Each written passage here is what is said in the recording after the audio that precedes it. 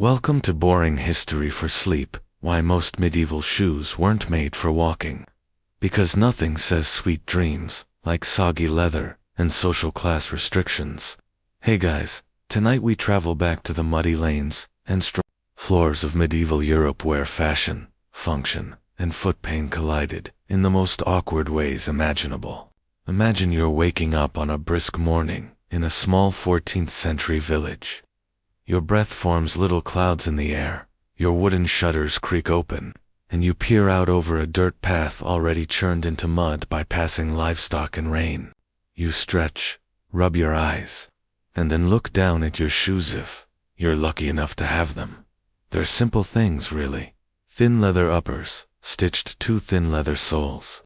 No cushioning, no arch support, no waterproofing. You slide your feet in, feel the cold dampness still clinging from yesterday's puddles, and immediately regret not just going barefoot. Again, for the third day in a row. These shoes weren't made for walking. They were made for, well, existing. For checking a box that said, technically, I'm not barefoot. In many places, especially among peasants, shoes were a luxury, not a daily necessity.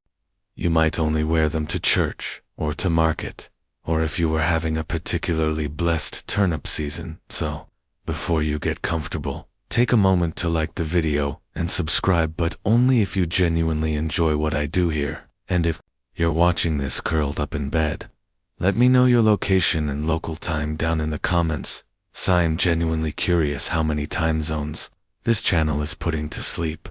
Now, dim the lights. Maybe turn on a fan for that soft background hum, and let's ease into tonight's journey together. You step out onto the muddy road.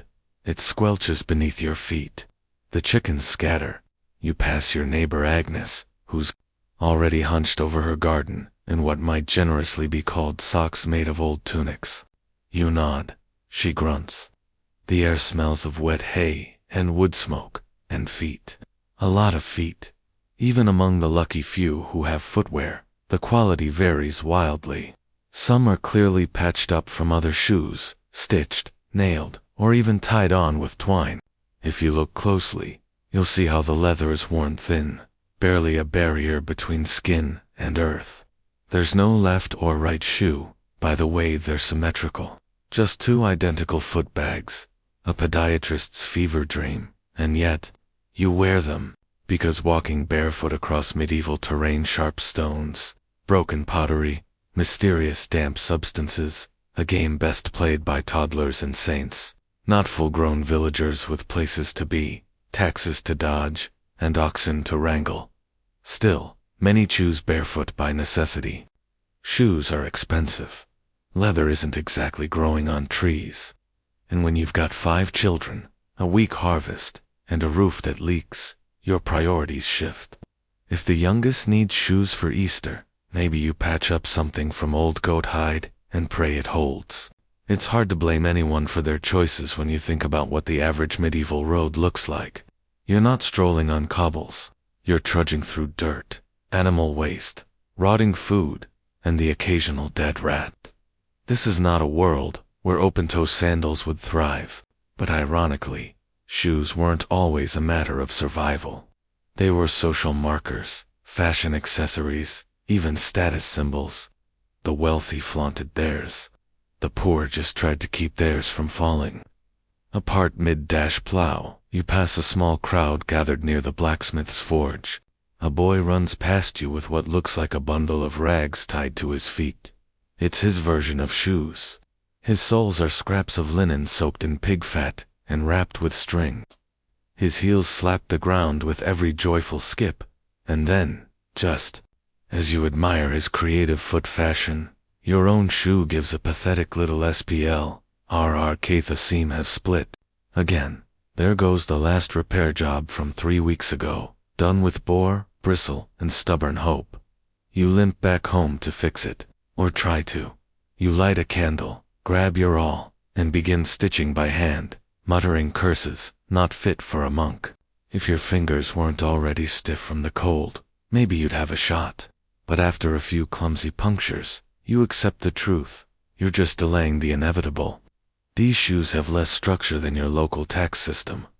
Interestingly, there were shoesmiths, surly cobblers who offered repairs or sold new pairs, but only in larger towns or cities. Most rural folks made do with hand-me-downs, swaps, or the shoemaking equivalent of improv jazz. And let's be honest, even the professionals weren't cranking out Birkenstocks. Their tools were rudimentary, their materials limited, and their clients poor. Historians still argue whether the average village even had regular access to a shoemaker or, if they only came around seasonally, like medieval Santa Clauses, but with less joy and more goat hide. As you sit back on your straw-stuffed stool and inspect your work, the thought strikes you, these shoes weren't designed to last. They were temporary solutions to permanent problems, like patching a leaky roof with damp bread. And yet, they served their purpose. They kept out the worst of the muck. They offered minimal protection from sharp stones. They made you feel just a little more put together, especially when the priest glanced down during Sunday Mass. You settle in for the night, feet aching, toes blistered, soles slightly wet from that puddle you stepped in, but you made it through the day. And tomorrow, you'll step into those same shoes again, because they're all you've got. And that's more than many can say. You wake up to the familiar crackle of the fire sputtering in its stone nook, the warmth already losing ground to the morning chill. As you swing your legs over the edge of your hay-stuffed cot, your heel brushes against that same pair of shoes, your old, loyal foot prisons, still damp, still slightly crumpled, and still insisting they were once the proud work of a shoemaker, or perhaps a drunk goat. Today's plan takes you into the village proper, and curiosity draws you toward the low-ceilinged hut belonging to Tomas the shoemaker. You've heard his name murmured with equal parts reverence and despair. "He fixed my boot with real brass tacks," says one. "He charged 2 eggs and a pig's bladder," groans another. Inside his one-room workshop, the air is thick with tallow, old leather, smoke, and resignation. Tools hang from nails, curved knives, blunt awls, wooden lasts carved into generic foot shapes, and lumps of beeswax hardened into crude little domes. Tomas himself squints through candlelight, hunched like a question mark over a half-finished pair of clogs. You notice something immediately. Shoes are not lined up in neat rows, waiting for pickup. There's no inventory. He works one pair at a time, each one entirely different made, not to a template, but to whatever materials are available, and whichever livestock recently perished. Some uppers are leather, others stitched canvas, or even felted wool. Some soles are layers of worn hide nailed together like desperation sandwiches. Nothing matches, nothing fits perfectly, nothing ever does. Still, there's a kind of brilliance in the way it all comes together. The village cobbler isn't aiming for beauty or durability. He's solving a puzzle with missing pieces and glue made from boiled hooves. You watch as he punches a hole through a stubborn leather flap, threads in thick twine, and bites the end of the needle with his teeth for good luck. The result looks almost wearable. From a distance, in fog. While Tomas works, he hums tunelessly and mutters about taxes. Apparently, even cobblers aren't spared the manorial lord's yearly toll. He sometimes accepts payment in flour or chickens. Once, he swears, someone tried to barter a live eel. "I hate eels," he mutters, "slippery bastards. Harder to stitch than oxhide." You take note of the shoemaking process. First, the leather must be soaked, preferably not in a puddle, though some villagers do just that, to soften scraps. Then it's shaped over a wooden lath and dried to keep the form. Stitching happens next, using a curved bone or boarhair needle. Soles are attached last if there's enough leather left. If not, old rope or thin bark panels might do the trick. Just don't wear them in the rain. The kicker: there's no such thing as a proper left or right shoe, yet not in this part of the world. That innovation won't catch on until centuries later. For now, shoes are symmetrical ovals. You can swap them between feet. You should swap them between feet, to even out the blisters. Historians still argue whether Thomas and his ilk considered symmetry and efficiency an oversight, or simply a nod to the cosmic absurdity of medieval life. Some suggest it was just too hard to craft custom shapes. Others argue that peasants didn't care either way, both feet hurt regardless. Of course, quality depends on your social status. Nobles, those pampered cloaked figures you only see during tax season, get shoes made by urban guild-trained shoemakers, proper craftsmen. City boys with access to imported hides, brass eyelets, and actual patterns. Their shoes might even have decorative stitching. Imagine that comfort and flair, but in your village, shoes are made from whatever died last week, and stitched together with the sort of optimism usually reserved for sailing homemade boats. You glance around the hut, and see a shelf with failed attempts, a sole that's cracked clean through, an upper warped sideways like a twisted smile, and one that resembles a small, angry hat more than anything a human should wear. Thomas notices your gaze. That one, he says, pointing at the twisted shoe, was meant for the reeve. Asked for something stylish. He shrugs. He got gout instead. You laugh. He doesn't.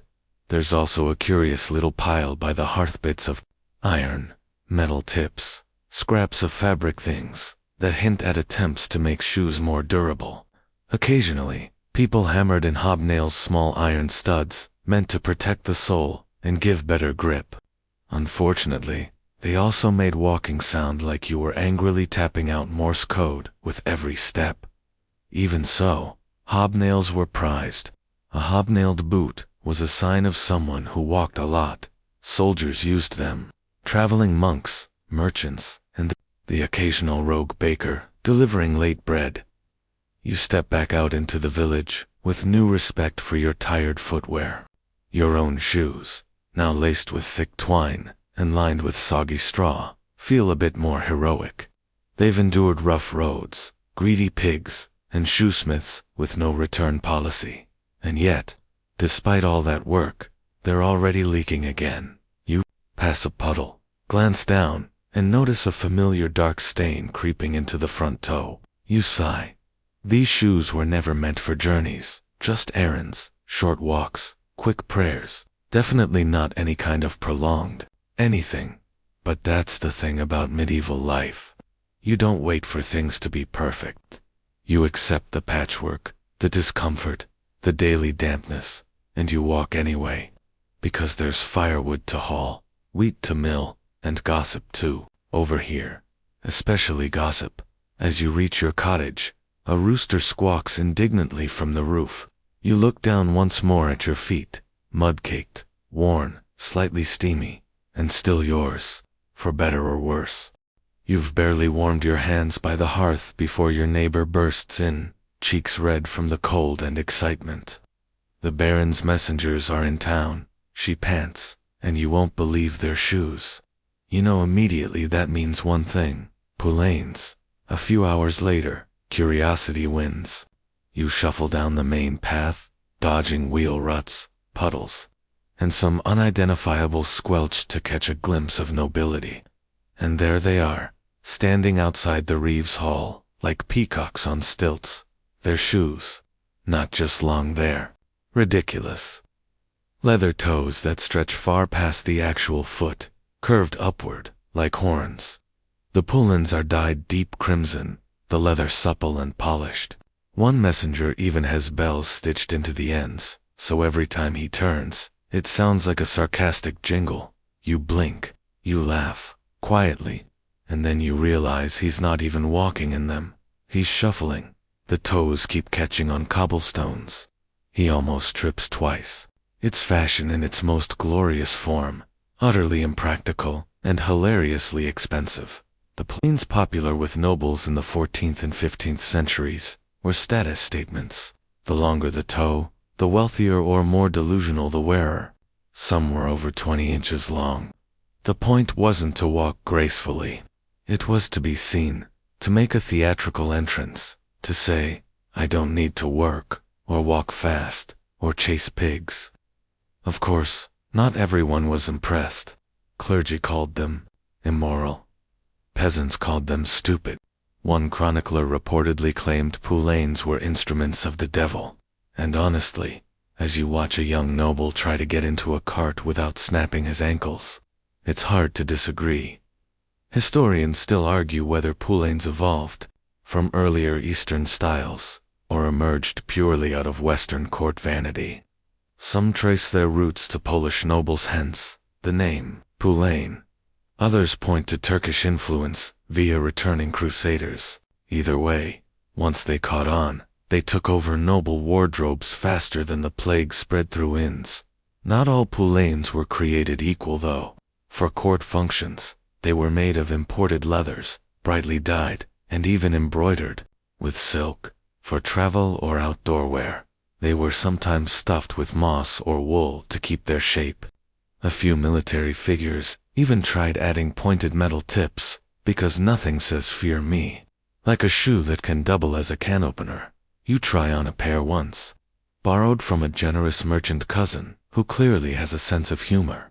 The moment you slide your foot in, you understand two things. 1. Your toes are going to hate you for the rest of the week. 2. You now walk like someone testing a frozen pond. The shoes feel ... wrong.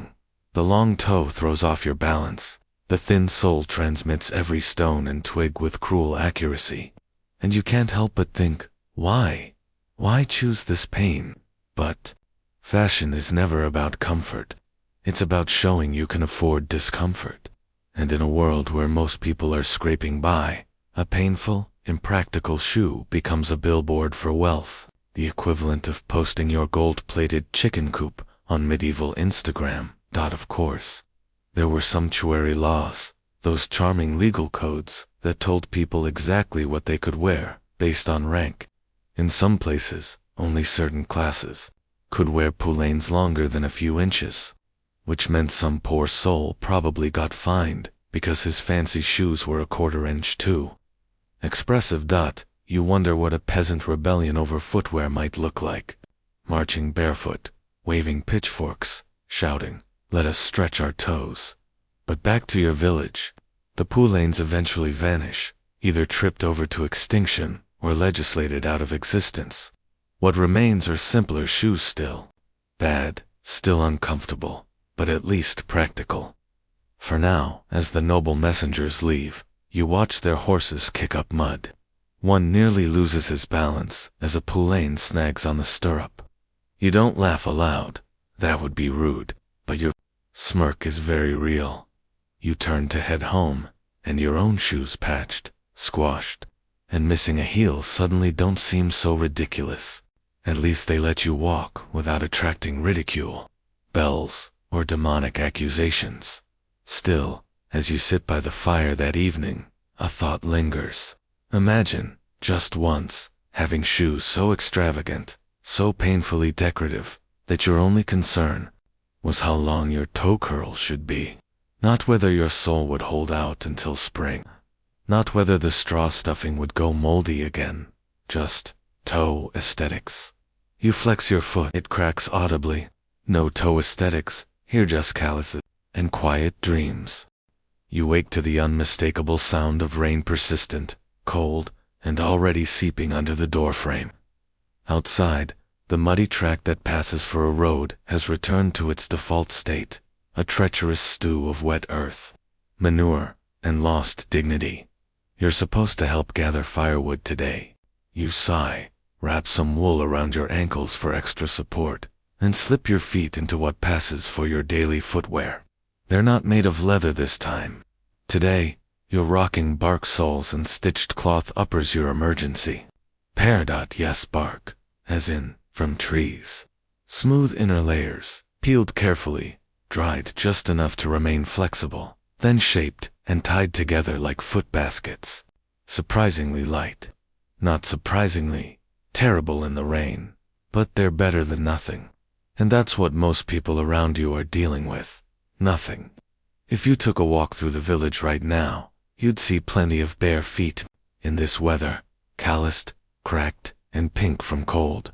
For the poorest peasants, owning shoes at all let alone proper leather ones, is about as likely as owning a second spoon. A few clever folks have made do with foot-wrap strips of wool, or linen bound tightly around the feet, sometimes held in place with bits of twine or woven grass.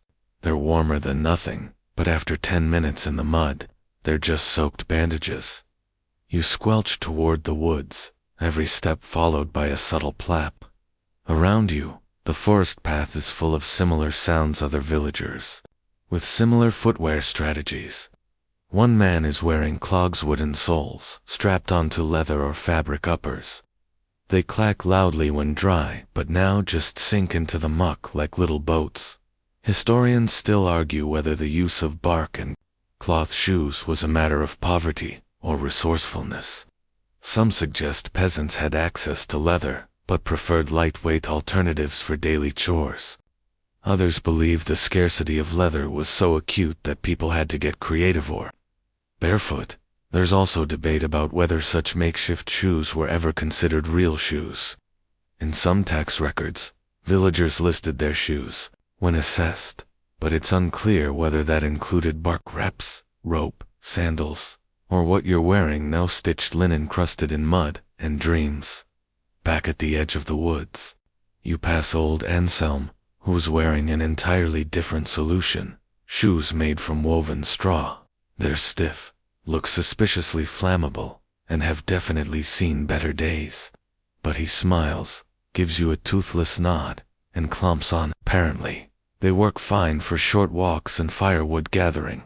Just don't step on anything sharp or, exist for too long in them. Still, some people insist on going barefoot year-round, especially children, who seem to be made of leather themselves. They run past you now, laughing, feet squelching, into puddles, with the reckless joy of those who have yet to experience back pain. You pick your way over a fallen branch, careful not to twist your ankle because ankle support is not a thing that medieval footwear concerns itself with. These shoes, if they can still be called that, offer no grip, no padding, and no mercy. By mid-morning, your soles are soaked, your toes are numb, and the bark has started to curl in on itself like a disapproving scroll. You pause, lean on a stump, and peel off one shoe. The inner layer is a stew of leaf bits, moisture, and something that might be a worm. You sigh, you wring it out, you put it back on, because the firewood still needs collecting. You wonder briefly if the nobles ever have to deal with this. Of course not. Their shoes are stored in dry chambers, rubbed with oil, and fastened with fancy toggles.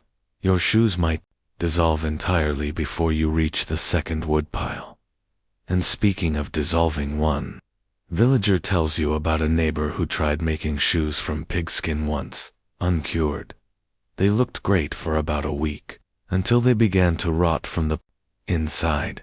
By the end of the season, he had to bury them in a separate hole, like a pet. You laugh. Then you remember your own shoes aren't that far off from composting themselves. Interestingly, in some parts of medieval Europe, communal shoes were a thing. A family might share a single pair of sturdy boots, passed from sibling to sibling, like some twisted inheritance. You wore them when it was your turn to go to market or church. On regular days, barefoot it was. Even the church occasionally got involved in the blistus. Some monastic orders encouraged barefoot living as a sign of humility. In a strange twist of irony, the holiest among them chose to do what the poorest were already forced into. It was less a fashion statement than an ongoing act of penance with extra frostbite. By the time you get home, your shoes are barely clinging to your feet. The cloth is shredded, the bark has cracked, and your toes have gone full raisin. You toss them by the fire, wrap your feet in a dry cloth, and sigh deeply. The shoes, once again, weren't made for walking. But they tried, and so did you. Outside, the rain keeps falling, but inside, your feet steam gently by the hearth. And now, that's enough. The morning begins with shouting, clanging bells, raised voices, the deep snort of horses. You rub your eyes and peer out through the tiny window slits. A night has arrived in the village, And he's brought an entire retinue, squires, pages, servants, and a mule that looks significantly better fed than most of your neighbors. You slip on your sturdier shoes, patch-reinforced leather this time, with extra stuffing at the heel and wander toward the crowd. Everyone's pretending not to stare at the knight's armor. But what catches your eye isn't the gleaming chest plate. It's his shoes. Or rather, the delicate leather slippers peeking out beneath his greaves. You expected something more armored, but no. Turns out, knights didn't clank around in full metal boots all day. That would be a fast way to get trench foot and blisters that screamed louder than the battle cries. Under all that iron, many wore soft leather shoes or ankle boots, flexible, thin, and often custom-made to fit beneath armor plates. As you get closer, you realize these aren't walking shoes. These are standing shoes, posing shoes, turneth a market, then straight to the bathhouse shoes. You glance at the squire barefoot. His feet are muddy, scuffed, and pink from cold. He's busy adjusting a saddle, occasionally hopping from foot to foot. It's a common sight. Squires and low-ranking attendants often didn't have proper footwear at all. Why waste good leather on someone not riding or wearing armor? One of the servants near you whispers, "That knight probably has 3 court and travel. None of 'em worth a copper in this muck." Historians still argue whether knights' soft undershoes were practical or merely symbolic, a nod to status more than utility. Some records describe thick-soled riding boots for travel, while others reference fragile ankle slippers made purely for ceremonies. The consensus: knights had options. The rest of you didn't. In fact, some noble shoes were so dainty they had to be carried over bad roads. That's right, servants literally carried their lord's footwear until dry ground appeared. Imagine being the guy whose entire job is shoe babysitting. Back in the crowd, the knight dismounts with grace and very little traction. His slippered foot lands in a puddle, and you see his eye twitch just slightly. A page immediately dashes over with a cloth to dab the damage, because wet feet, that's for peasants. Meanwhile, you walk a bit further down the road, passing a few other villagers who've gathered to watch the spectacle. One of them, your cousin Marek, is wearing shoes made from stitched-together rabbit pelts. They smell awful when wet, he says with pride, but they're warm. Warmth, of course, being a rare luxury. Many medieval shoes, especially among commoners, offered zero insulation. During cold months, people stuffed their footwear with straw, moss, or old cloth. You might go through winter with your feet wrapped like turnips, jammed into hide slippers that barely survived the thaw. Some wealthier folks had fur-lined boots. Yes, but those were rare and often illegal for lower classes to wear. Some laws again, making sure everyone's shoes reflected their proper place in the divine order. Even your boots could get you fined if they looked too fancy. You spot a few soldiers accompanying the knight.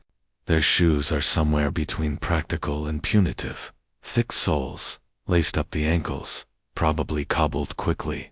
Not meant for comfort, just marching. If you're lucky, maybe they don't fall apart before you finish guarding the grain wagons later. As the retinue sets up camp outside the village, you sneak a glance at their travel gear. Rows of spare shoes, some wrapped in oiled cloth to keep dry, others tucked inside saddlebags. There's even a wooden foot mold, perhaps for shaping new pairs. En route, you sigh. It's an entirely different world, a world where shoes are planned, prepared for, and cared about. Not something you pray won't split open during morning chores. As you walk back home, a small boy stops you. He's barefoot, of course, and carrying a bundle of firewood on his back. "Did you see the knight's horse?" he asks, eyes wide. "I saw his shoes," you reply. The boy squints. "What's wrong with 'em?" "Everything," you mutter, because medieval shoes weren't made for walking even when they were soft, handmade, and noble approved. Especially then. You reach your cottage, kick off your boots, and flex your aching toes. One nail is blackened from yesterday's log incident. Another is going to fall off any week now. But they're your feet, and at least they weren't wrapped in silk slippers and paraded through puddles.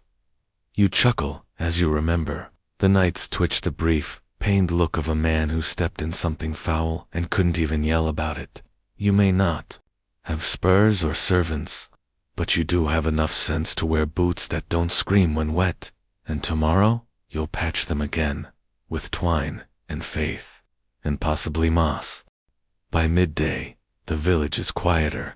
The knight and his retinue have clattered off in a dramatic cloud of dust and hoofbeats, and you're left with your usual companions, chickens, chores, and a pair of slightly less wet shoes than yesterday. You head toward the abbey less for divine inspiration, more because Brother Ulrich has a habit of overbaking his bread and giving the rejects away. As you approach, the air shifts. It smells of incense and musty parchment tanned, something tangy that might be goat cheese or a sermon gone bad. Inside the abbey walls, you find monks shuffling silently through the cloister. Their robes whisper against the stone. Their feet, though, are the real story. Some are in simple leather sandals with thick straps. Others walk barefoot. A few wear slippers made of wool felt, stitched crudely and soft as pudding when dry. Monks, you quickly realize, aren't shoe people. This wasn't just ascetic fashion. It was a philosophical choice. Many orders believed in humility and suffering, and there's nothing quite like stepping on a sharp rock at dawn to remind you of your fragile mortal form. Some abbots even encouraged total shoelessness as penance. You think back to yesterday's mudslog and nod. Effective, if slightly masochistic. Interestingly, not all monks went barefoot year-round. In colder regions, or for certain duties, herding goats, delivering messages, they donned basic sandals or soft-soled shoes. The variety depended on the rule of their order, the climate, and how seriously they took self-inflicted foot torment. Historians still argue whether these footwear rules were strictly followed, or, more often, bent to suit convenience. After all, even the holiest monk has limits when it comes to frostbite. You sit for a moment in the courtyard, chewing a chunk of overbaked barley bread, watching the monks glide past. Their gait is slow, measured, not because they're meditative, but because their souls are paper-thin, and every stone is a potential prayer. Just beyond the abbey, the marketplace is in full swing, chaotic counterpoint to the monks' quiet shuffle. Traders from nearby villages have gathered, wagons piled high with turnips, onions, wool, and the occasional boot. You stroll through the market square, dodging goats and gossip, eyes on the ground. That's where all the action is. Footwear here is a patchwork of class, need, and desperation. One woman wears stiff boots tied together with ribbon. A man nearby has one proper leather shoe, and one made from tightly braided reeds. A boy with a basket of pears has shoes 2 sizes too big, stuffed with straw and something that might be a wad of beeswax. You stop at a trader's cart displaying actual shoes. A rare sight. Most look handmade, crude, but functional. Few have nailed soles. One pair has faint embroidery along the upper edge, probably smuggled from a larger town, and marked up for dreamers. You pick it up and feel the weight. Surprisingly heavy.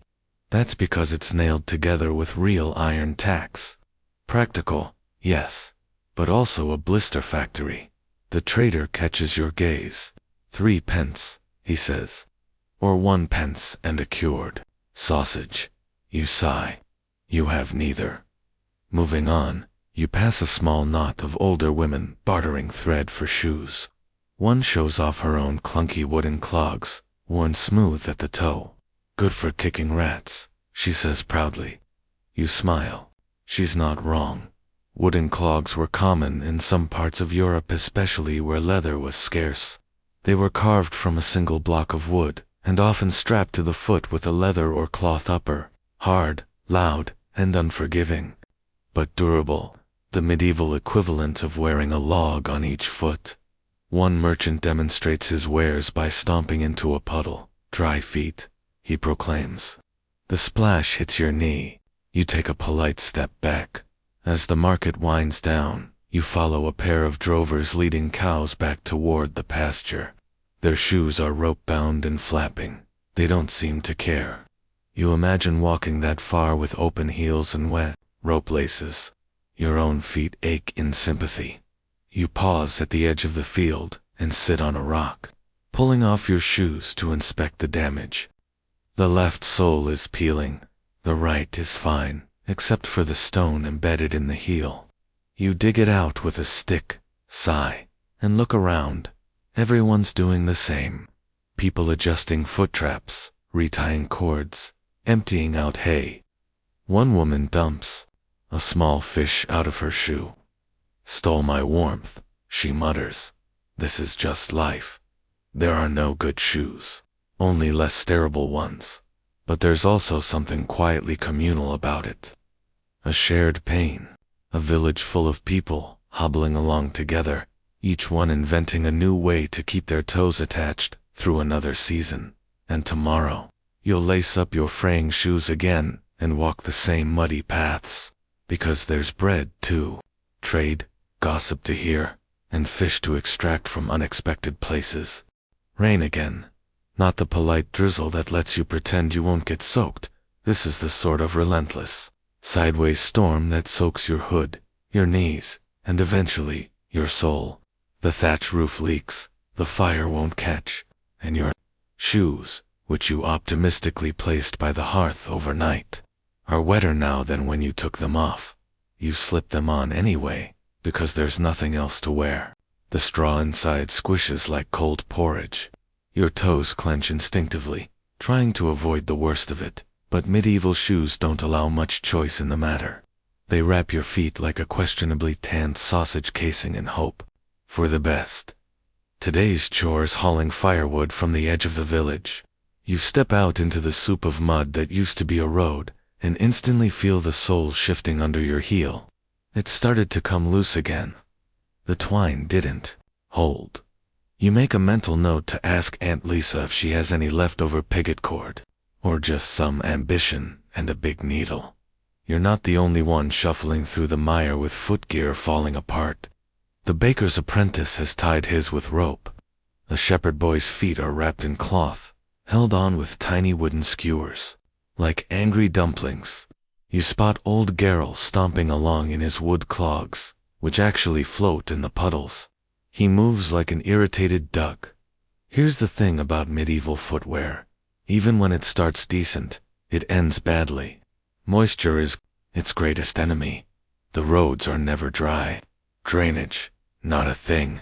The idea of keeping your feet dry was as mythical as dragons or affordable taxes. Most shoes begin their slow death in seasons like this: spring melt, autumn rains, winter slush. The leather cracks, stitching loosens. Mold blooms like a sour cloud. You can dry them by the fire, yes, but if you don't flip them just right, one side warps into a permanent curl. Congratulations, you now have foot tacos.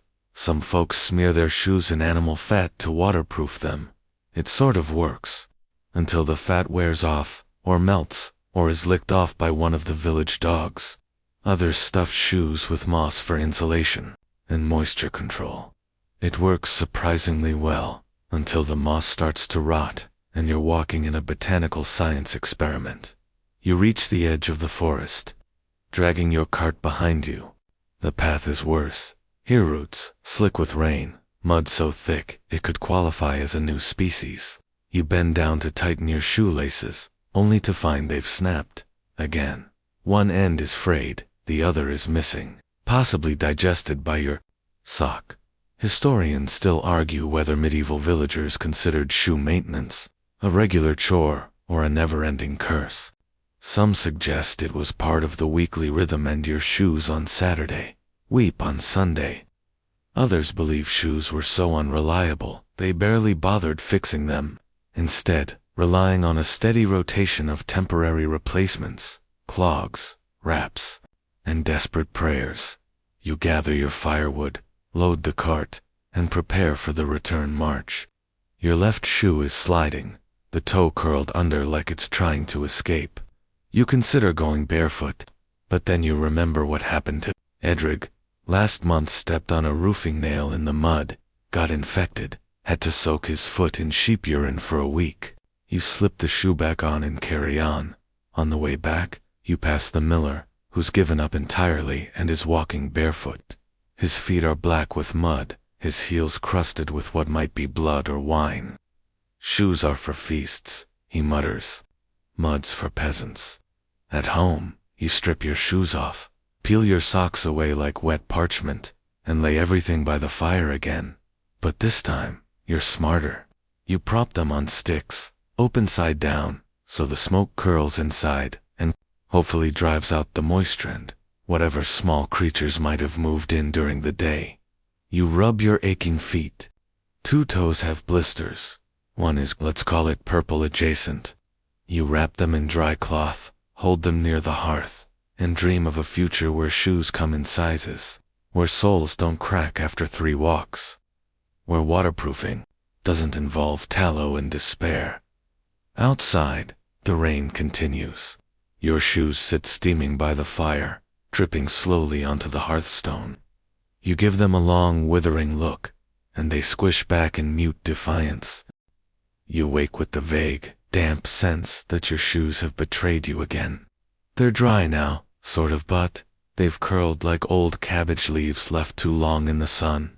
You sigh, grab your needle, and start patching for the 100th time that boar bristle you saved from a roast 2 weeks ago. It's your sewing tool. Thread, a mix of flax, twine, and wishful thinking. Just as you start restitching the sole, your cousin Ida drops by with news that sends a shiver down your spine, though not one of excitement. The cobbler's coming. You blink. We have a cobbler. He's passing through, from Lechford, traveling east. This, you realize, is as rare as fresh garlic in February.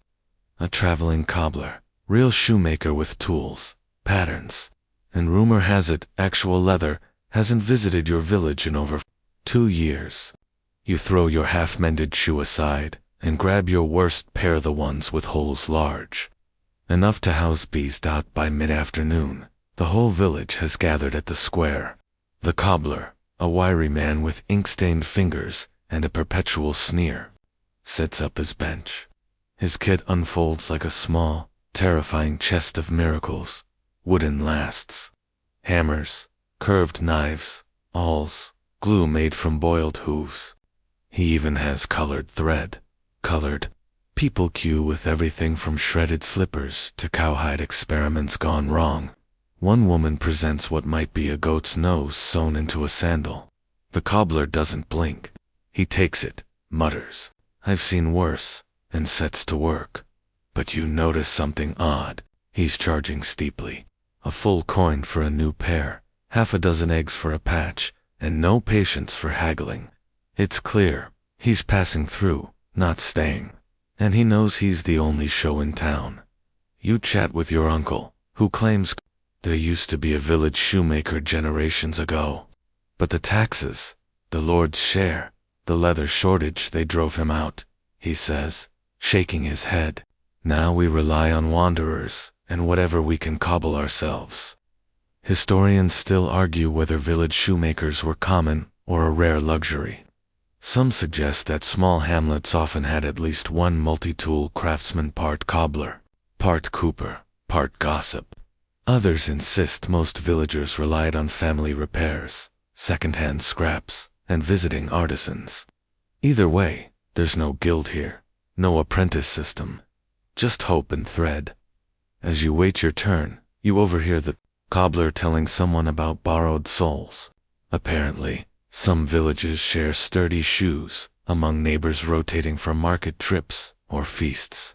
There's even a tale of a single pair that circled 3 families for a decade. They take turns restitching it each year, like some grim rite of passage. You reach the bench and place your worst shoes on it. He inspects them like a doctor examining a dying patient. "I can patch this," he says, "but they'll scream every time it rains."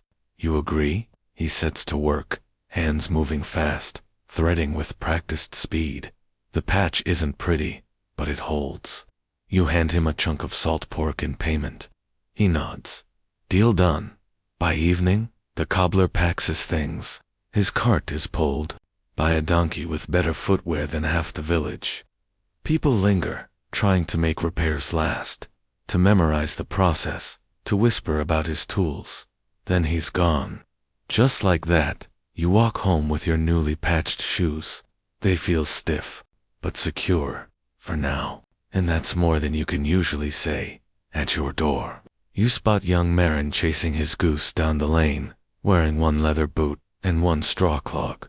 You smile. Maybe he's starting a new trend, asymmetrical fashion. That night, as you set your shoes near the fire, you wonder about all the souls that have come and gone, all the miles walked on patched hides and bark panels, the quiet revolution of borrowed shoes, shared tools, and whispered repairs. It's not glamorous, it's not comfortable, but it's survival, and it's yours. It's feast day, that rarest of occasions, when the village stirs, not for toil or taxes, but for music, roasted turnips, and the vaguest whiff of joy. You wake early, stretch your limbs, and reach for your good shoes, the pair you've been saving for this exact moment.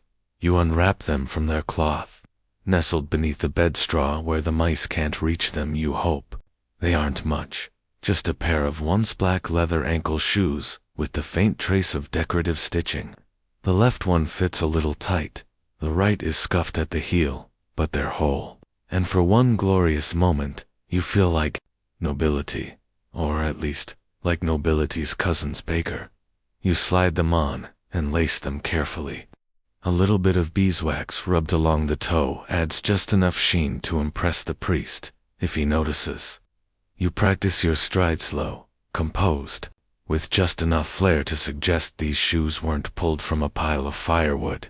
But then you hear it twa, a heavy boot step outside. You peek out to see the Reeve swaggering down the lane, his polished brown boots reaching nearly to the knee. They gleam in the sunlight, complete with toggles and extra flaps. They scream authority. You can practically hear the tax demands echoing out of them, and next to him, the manor steward, wearing soft, crimson slippers, lined with fur. Yes, fur, on the outside. For display, you blink. You question reality, and then you remember sumptuary laws.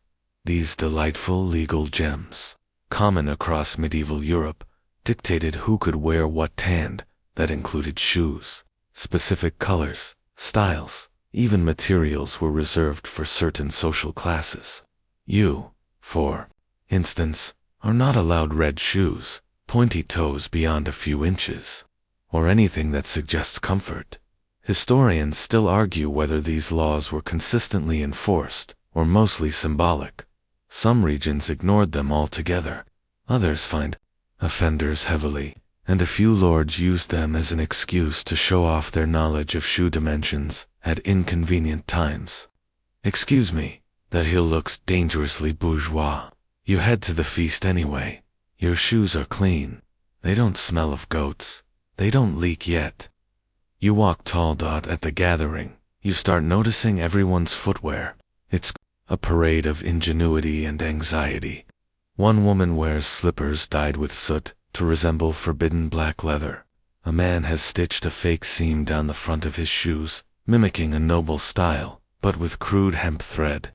A child runs by, wearing shoes painted with mud to hide holes. You compliment your neighbor's boots. She smirks. Stolen from a tax collector. They fit surprisingly well.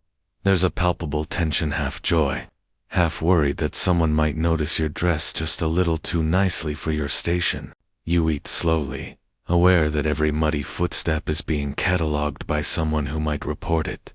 The priest, for example, is side-eyeing your decorative stitching like it's blasphemy. But then the fiddler starts playing. The dancers gather, and soon, everyone's shoes fancy, or fake are, stomping the same dirt. A noble girl's slipper flies off mid-spin and lands in the soup pot. A farmer's clog snaps in half. The reeve's boot catches fire briefly near the roast spit. For a brief moment, no one is higher or lower than anyone else. Everyone's feet hurt the same. Later that evening, as the sun sets and the torches flicker, you find yourself sitting beside the fire with a few others. Shoes are kicked off, feet are massaged, blisters are compared, like battle wounds. Someone passes a flask. Laughter bubbles up not just from the drink, but from the shared absurdity of it all. You glance down at your shoes, still holding together, still yours. You remember an old tale someone told you once, of a cobbler's apprentice who disguised himself as a lord by wearing polished boots and walking with confidence. It worked, for 2 hours, until he tripped over his own pointy toes and was arrested for shoe fraud. That might be just a story, but it feels true, because in this world, what you wear on your feet says everything about who you are, who you aren't, and who you wish you could be. You walk home slowly, toes sore, soles warm from firelight and dancing. You pass the steward's abandoned fur slippers on the ground. One has a chicken pecking it. You don't intervene. Your shoes, still dry, still ordinary. But tonight, they were more than enough. The stars are still out when you wake. It's the kind of quiet that settles only before a long journey, one of those rare days when you're tasked with traveling beyond the next village. This time, it's a pilgrimage road, a visit to the abbey 3 days west, carrying a prayer for your cousin's sick child and a letter sealed in wax and worry. You pack light, a satchel of hard bread, a wedge of dried cheese, 2 turnips, and a small cloth-wrapped bundle. Inside that bundle, a second pair of shoes. Not good shoes, but backup shoes. You'll need them. Your journey begins with a hopeful step and a squelch. The road, predictably, is muddy. You press forward, each footfall a negotiation between forward momentum and not falling into a ditch. The truth hits fast and hard. These shoes were not made for walking. Not like this. The sole is thin, barely stitched, and the path is a relentless mixture of sharp gravel and worse. After the first mile, your heel aches. By mile 2, your toes have gone from discomfort to a more philosophical type of pain. Along the way you pass other travelers. A pilgrim with no shoes at all, just calloused feet, wrapped in prayer and silence. A peddler with mismatched boots, one nailed, the other flapping like a broken book. A woman with sandals made from plaited grass, her feet red with effort. The road tells its own story in shoe prints, deep heel marks, drag lines from tired legs, and the occasional dropped sole left behind like a discarded scale from some mythical walking beast. You pause to rest under an old oak, unlacing your shoes, slowly. The leather has rubbed raw against your ankle. One toe is bleeding. The smell is ambitious. You swap to your backup shoes. They're stiffer, older, patched with fabric dyed so many times it looks bruised. You tie them on with careful knots.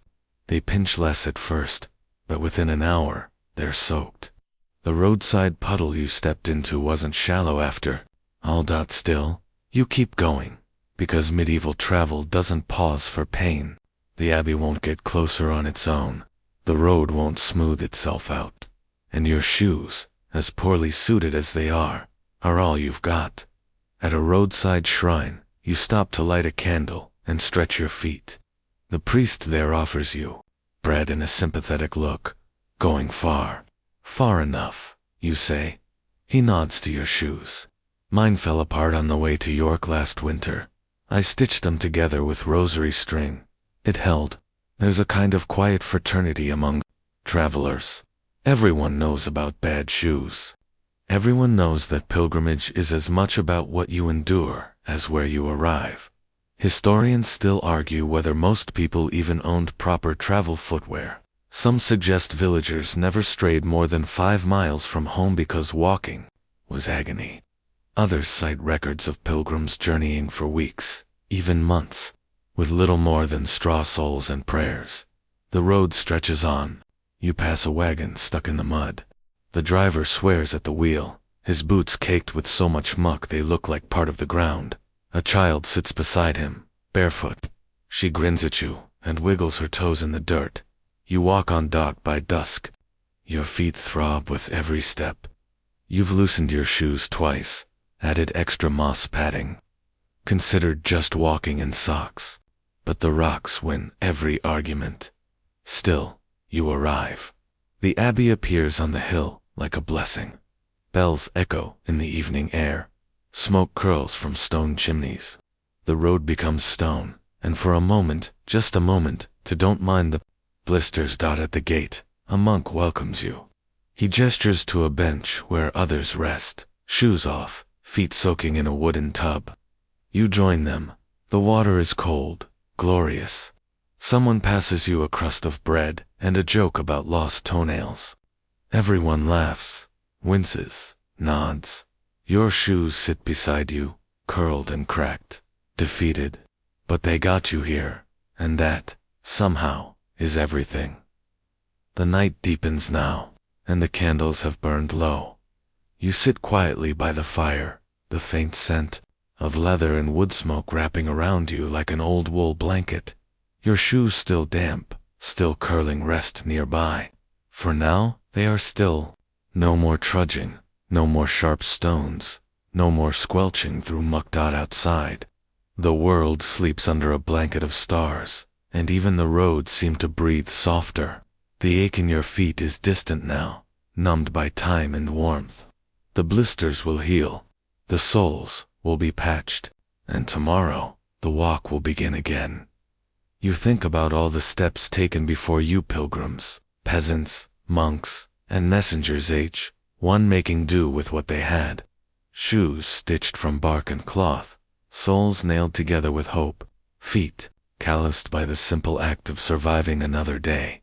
And in that quiet, shared legacy, you find comfort, because even if those shoes weren't made for walking, they carried you anyway, over fields and forests, through rain and silence, across thresholds of laughter, hunger, prayer, and relief. And now, as your breath slows and your eyelids grow heavy, you feel the weight of the journey ease. The road will wait. The path will remain. But tonight, you rest. You are safe. You are warm. And your shoes, at last, can sleep too. End of script.